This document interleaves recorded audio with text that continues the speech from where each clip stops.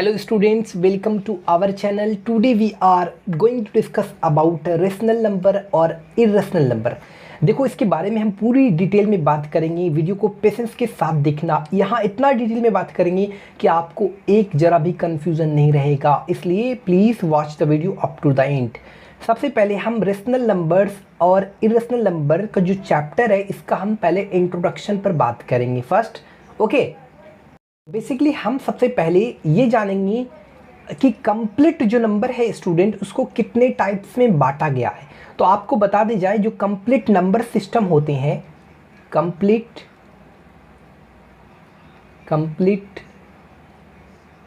Number system जो होते हैं एक्चुअली उसको डिवाइड किया गया है दो टाइप में। इसको दो टाइप में स्टूडेंट डिवाइड किया गया। पहला जो टाइप है, first type, that is called imaginary number, imaginary numbers. और हमारा जो सेकंड टाइप है student, that is called real number. क्या स्टूडेंट्स? Real number. देखो रियल नंबर के बारे में तो आप लोग जानते हैं, ऐसे आपको स्टूडेंट्स बता दें इमेजिनरी नंबर के बारे में हमको उतना जानकारी यहाँ पर नहीं लेना है। देखो इमेजिनरी नंबर किसको कहते हैं बच्चों? स्टूडेंट्स, ये हमारा जो निगेटिव नंबर का जो स्क्वायर रूट होता है, जैसे -1, -2, -3, आज तक आपने जो स्क्वायर रूट देखा होगा वो पॉजिटिव नंबर का देखा होगा, निगेटिव नंबर का स्क्वायर रूट नहीं देखा होगा। अरे बस में कभी आपने निगेटिव नंबर का स्क्वायर रूट नहीं निकाला होगा। तो ये देखो, ये जो भी निगेटिव नंबर में जो स्क्वायर रूट होते हैं वो सारे नंबर्स आपका इमेजिनरी नंबर कहलाते हैं। इसको छोड़कर सारे नंबर हमारा रियल नंबर कहलाते हैं। अब हम बेसिकली रियल नंबर पर बात करेंगे स्टूडेंट्स, ठीक है। देखो रियल नंबर क्या होता है, तो अब हम रियल नंबर में यहाँ पर फर्स्ट जो हम टॉक अबाउट करेंगे दैट इज कॉल्ड, यहाँ पर नेक्स्ट पेज में बना स्टूडेंट्स हमारा रियल नंबर में किसको किसको क्या क्या बोलते हैं। देखो real number,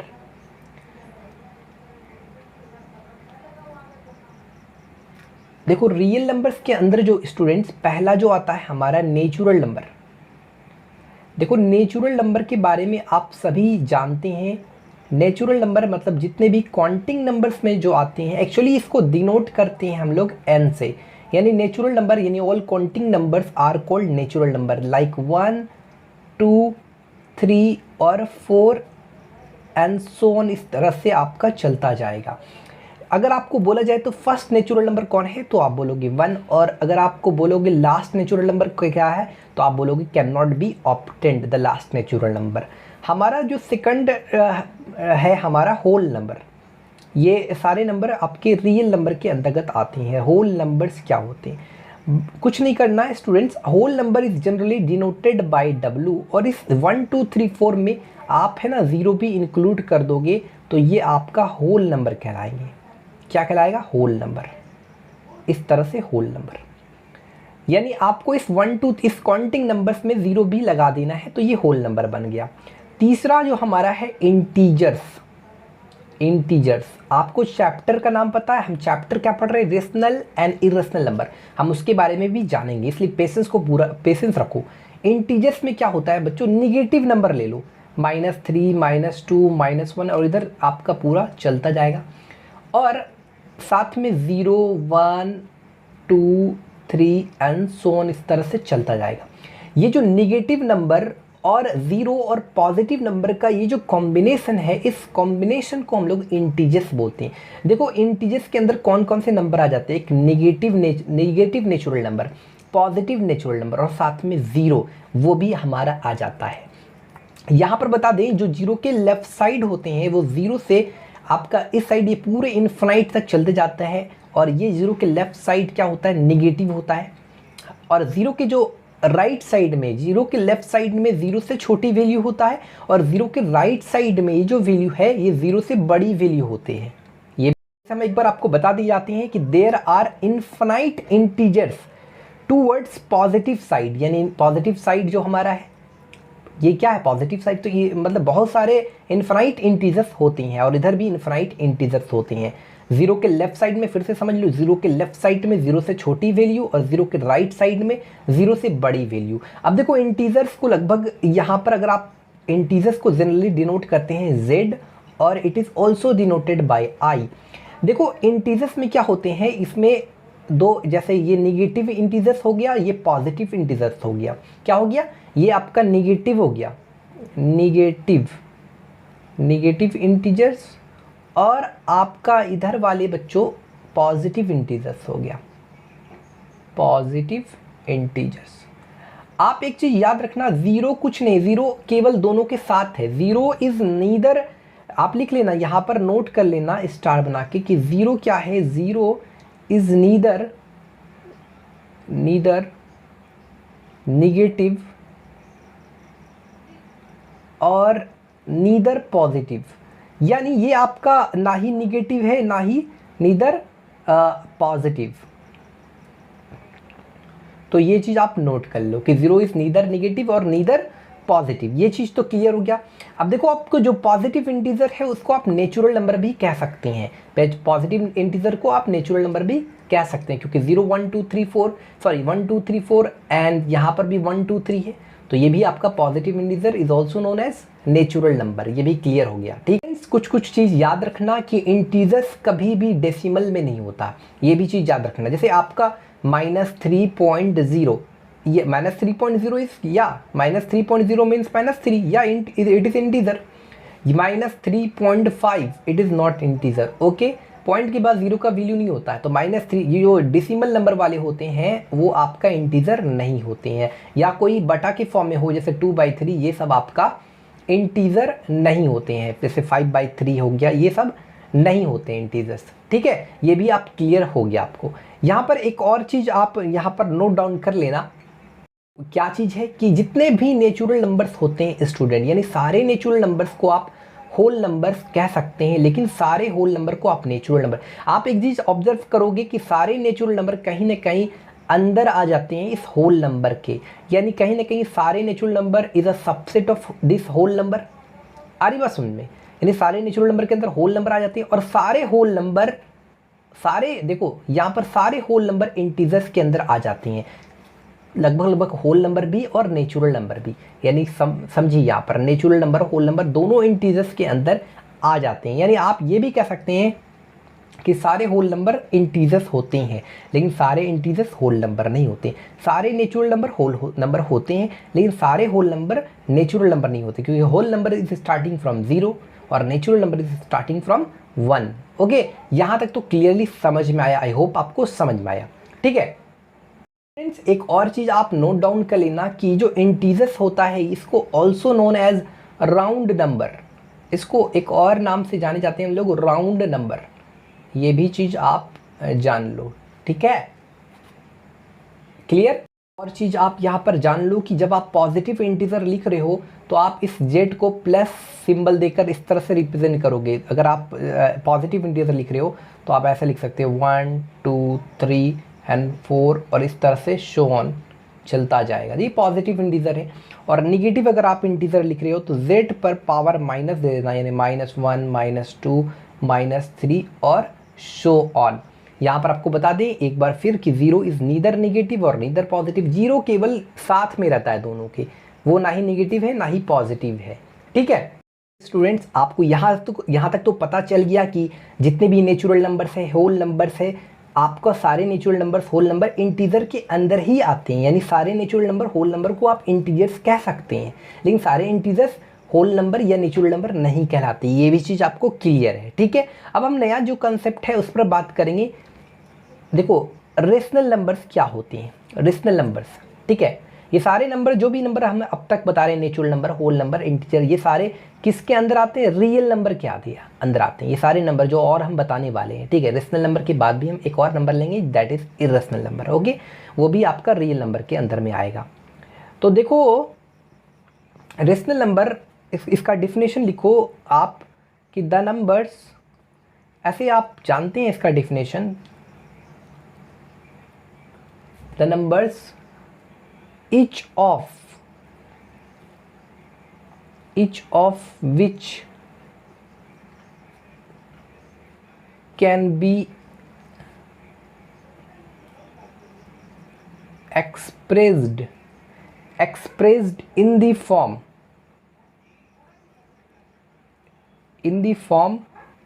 P by Q।